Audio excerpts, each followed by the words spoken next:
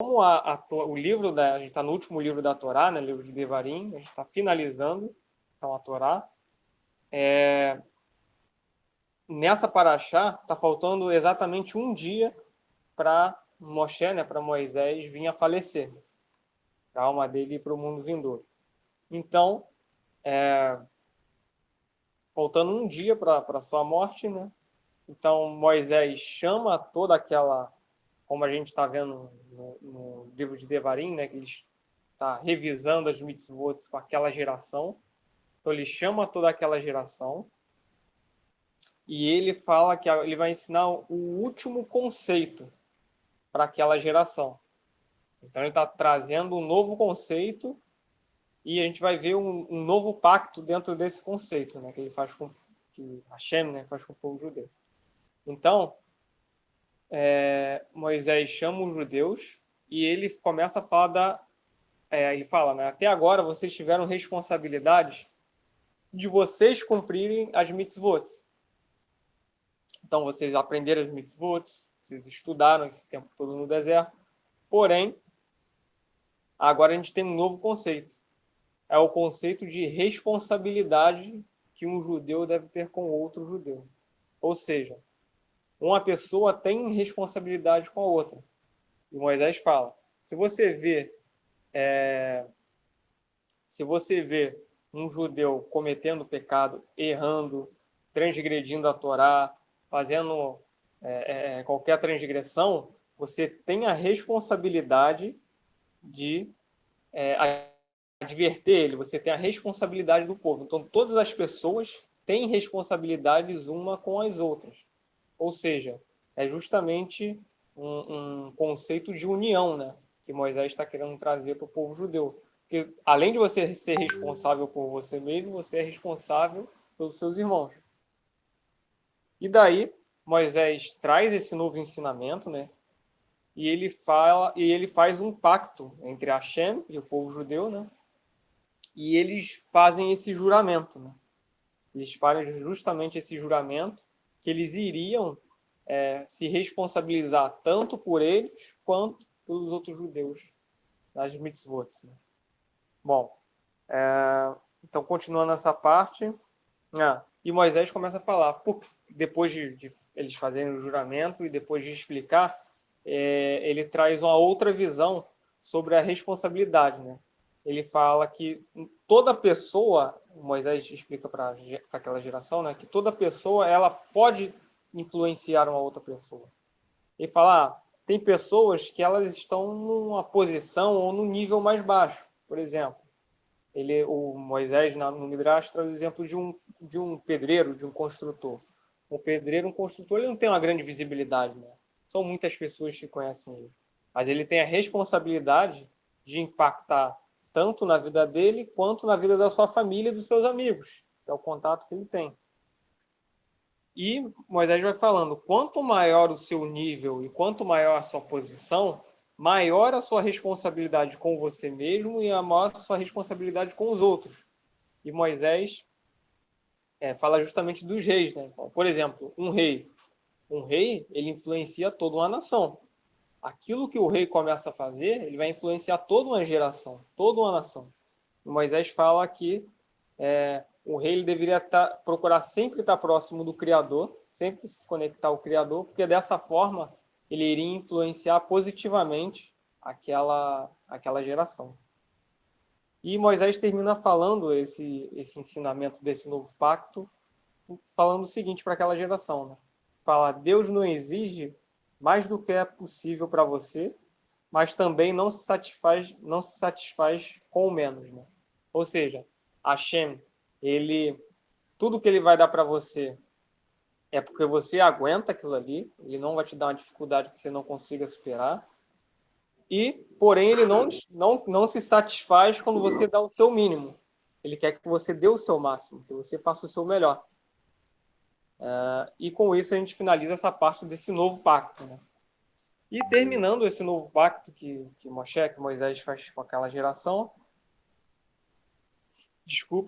ele começa a dar algumas advertências, né? Então ele começa a falar da idolatria, mais uma vez, como ele fala várias vezes, né, para ter cuidado com a idolatria. ele começa a falar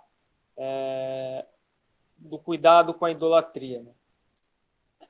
E ele fala que no meio do povo judeu, né, quando eles fizeram o juramento, né, logo depois dele ensinar tudo isso, eles fizeram o juramento, ele fala que talvez não, existem pessoas que podem apenas estar pensando em idolatria, mas eles têm que ter cuidado com seus pensamentos, porque justamente aquele pensamento dele pode se tornar uma fala, e ele falar isso para uma geração, e essa geração vai reproduzir isso para as outras gerações, e assim sucessivamente, podendo se multiplicar. Então Moisés fala, do mesmo jeito que você pode influenciar positivamente uma geração, você pode influenciar ela negativamente. Então você deve cortar os pensamentos negativos justamente no pensamento. Porque quando você corta ele no seu pensamento, você corta ele na raiz do problema. Quando você corta o pensamento, você corta a fala, você corta a ação, você corta o sentimento, né? Então Moisés traz uma advertência no povo justamente por conta disso, né? Agora só continuando aqui. Sim. E Moisés fala desse novo pacto, da responsabilidade que um vai ter com o outro, né? E fala, a partir do momento que você viu o seu irmão cometendo um erro, você o repreendeu, você não é mais responsável pelo que ele faz, entendeu? Mas a partir do momento que ele está errando e que você não adverte ele, então você acaba sendo culpado também por isso, porque você não o adverteu. É como se tivesse também culpando, como você também tivesse cometendo aquela transgressão. E Moisés fala, a partir do momento que você avisou para aquela pessoa que está cometendo aquela transgressão, olha, não faz isso, aquilo, e a pessoa insistir em cometer aquela transgressão, aí o problema é da pessoa. Aí foi porque a pessoa buscou, porque a pessoa procurou justamente isso. Bom, e Moisés começa a falar que nas gerações futuras eles poderiam pegar esses pensamentos e transformarem em ação sobre a idolatria. E ele fala que se a idolatria fosse muito forte no povo judeu, aconteceria justamente o exílio. Então, se eles estivessem se afastando muito do Criador, o que iria acontecer com eles seria justamente o exílio. Então, Hashem iria exilar o povo judeu da terra de Israel. E Hashem, depois, né, logo depois da destruição do primeiro e do segundo templo, né, Hashem fala o seguinte, no primeiro templo, ele fala que ele mesmo retornará com seus cativos, né? E algumas pessoas pensam que os cativos vão retornar, né, na era de Mashiach, né? Mas não. Na verdade, o que vai retornar, Hashem vai retornar com os cativos, né? E daí o Midrash continua falando nessa parte do exílio, e Moisés continua falando, né? E quando o exílio acontecer, quando o exílio do povo judeu acontecer, vocês têm total capacidade de voltarem para a Terra Santa, desde que vocês realizem uma techuvá, desde que vocês voltem para mim, voltem a olhar para mim. Então, Moisés fala para aquela geração que eles deveriam ter cuidado com a idolatria, que eles seriam exilados caso eles se afogassem no meio da idolatria, e que eles iriam por o exílio, e eles poderiam sair desse exílio a partir do momento que eles fizessem techuvá, sinceramente, eles acabariam com o seu cativeiro. Então, Hashem fala, né, que quando eles fizessem techuvá, então eles voltariam para a Terra Santa, né? Bom, e daí o Midrash começa a entrar em assuntos sobre a era messiânica, né? Falando então justamente da volta, né, do exílio, das pessoas que foram, no caso, as tribos que foram destruídas na destruição do primeiro templo. E o Midrash começa a entrar justamente nessa área, né, nessa parte, né? E ele traz vários argumentos, né, para a era messiânica, e ele começa a falar o seguinte: bom, algumas pessoas poderiam falar, nossa, mas como assim a China vai fazer uma era messiânica? Olha só o mundo que a gente está vivendo, olha só por tudo que a gente está passando. E o Midrash fala o seguinte: bom, se você for ler, se você for ver toda a Torá, Hashem age quando as pessoas menos esperam. Então, quando as pessoas menos estão esperando, Hashem vai lá e age, faz através de um tzadik, né? Através de um sábio, ele realiza os seus milagres. Por exemplo, o Midrash traz o exemplo de Abraão. Né? Abraão teve o seu filho com 100 anos de idade. Que pessoa poderia falar, nossa, eu vou ter um filho, sendo a sua esposa, se não me engano, tinha 99 ou 98 anos. Como que a pessoa vai imaginar engravidar com 99 anos? E o Midrash continua. Bom, José foi jogado no poço pelos irmãos, foi levado como cativo, se tornou escravo e, depois de alguns anos, ele se tornou o vice-rei do Egito. Quem iria imaginar que José iria se tornar o vice-rei do Egito? E o Midrash termina falando de Moisés, né? Dizendo que naquela época o maior exército do mundo era o exército egípcio, né? Era o exército mais poderoso do mundo conhecido. E o povo judeu, que era um povo de escravos, conseguiu fugir do Egito, conseguiu sair dos domínios do faraó. E se o Criador conseguiu fazer todas essas coisas que aos nossos olhos são impossíveis, você acha que ele não vai conseguir chegar na era de Mashiach?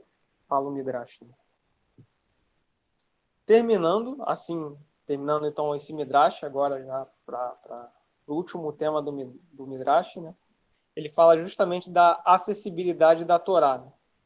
Então, os alunos que estavam lá com Moisés, eles falaram, mestre, Moisés, onde que a gente consegue encontrar a Torá? Porque a Torá são muitas regras, a gente tem muitas mitzvot para cumprir, a gente tem muita coisa para fazer. Como que a gente sabe que a gente como a gente consegue se conectar com tantas leis, com tantas mitzvot positivas e negativas? São muitas regras, são muitos detalhes. E Moisés falou, fiquem calmos, vocês querem encontrar a Torá? A Torá está muito perto de você, em sua boca e em seu coração, para que você possa cumpri-la. Foram justamente essas palavras que Moisés falou na Parashá de Nitzavim. Então Moisés fala que a palavra, a Torá, Hashem, ele está próximo de você, está na sua boca, está no seu coração, para que você possa cumpri-la, que você possa agir. Bom, e Moisés termina, então, seu discurso, né, depois de passar, se não me engano, foram alguns meses que ele fez fez uma revisão dos ensinamentos da Torá para aquela geração. Então, ele termina esse seu último discurso com aquela geração, falando justamente que depende deles mesmos cumprirem ou não a Torá. Então, Hashem, ele te dá o livre-arbítrio. Então, depende de você querer ou não cumprir os mandamentos do Criador. Então, depende de você querer ou não se conectar ao Criador. Tudo isso é uma escolha que você vai fazer. Só que o Moisés fala, Moshe, aconselho vocês a uma coisa. Escolho a vocês a se conectarem ao Criador, a se conectarem à Torá, porque ao se conectarem com a Torá, vocês estarão se conectando com a vida. E com isso, eu termino a Parashá dessa semana, Parashá Nitzavim.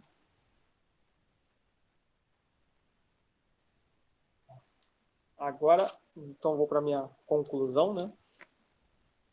Então, vamos lá. Todo o Midrash eu também trago uma conclusão minha. Procuro trazer o que eu aprendi, né, com o Midrash dessa semana, uma opinião minha, no caso. Então, eu decidi fazer um pequeno recorte, né, dessa pequena paraxá, uma paraxá muito boa, falando justamente do exílio. Né? Então, o exílio é justamente quando o povo judeu, ele ele é tirado da Terra Santa, né? Quando ele é tirado ali, foram destruídos os templos, eles foram afastados da Terra Santa. Então isso é o exílio que aconteceu com o povo judeu, e que, graças a Deus, eles já estão lá na Terra de Israel, e daqui a pouco vai chegar a Era de Mashiach. Mas eu queria abordar um outro conceito dentro do exílio.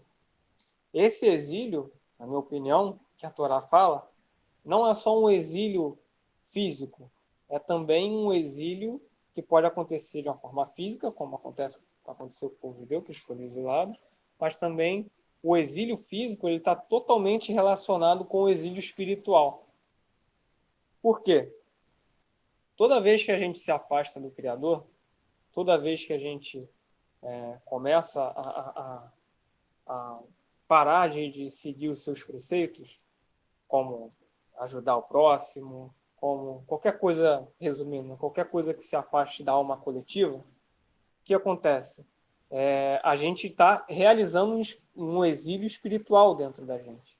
O povo judeu teve o exílio físico e o exílio espiritual também, e nós também, Meninoas, podemos ter o nosso exílio espiritual, podemos acabar nos afastando do Criador. E isso pode ser algo, infelizmente, muito visto na época que a gente vive. Né?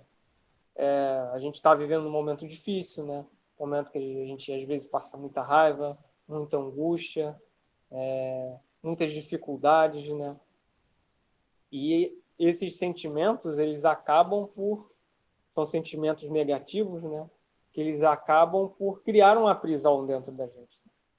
Então, todo sentimento negativo, ele é como se fosse uma neblina.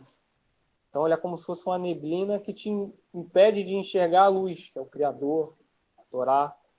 Então, quando você se apropria desses sentimentos negativos, a raiva, o desespero, a angústia, seja lá qual for, ou um outro que eu não estou citando aqui, o que acontece? Você nubla a sua visão espiritual e você começa a ter essa neblina que impede que você enxergue tanto os ensinamentos da Torá, quanto os ensinamentos da alma coletiva da Kabbalah, e isso acaba nublando o seu conhecimento. Você acaba por esquecer, porque você acaba só enxergando a neblina, só enxergando os sentimentos negativos.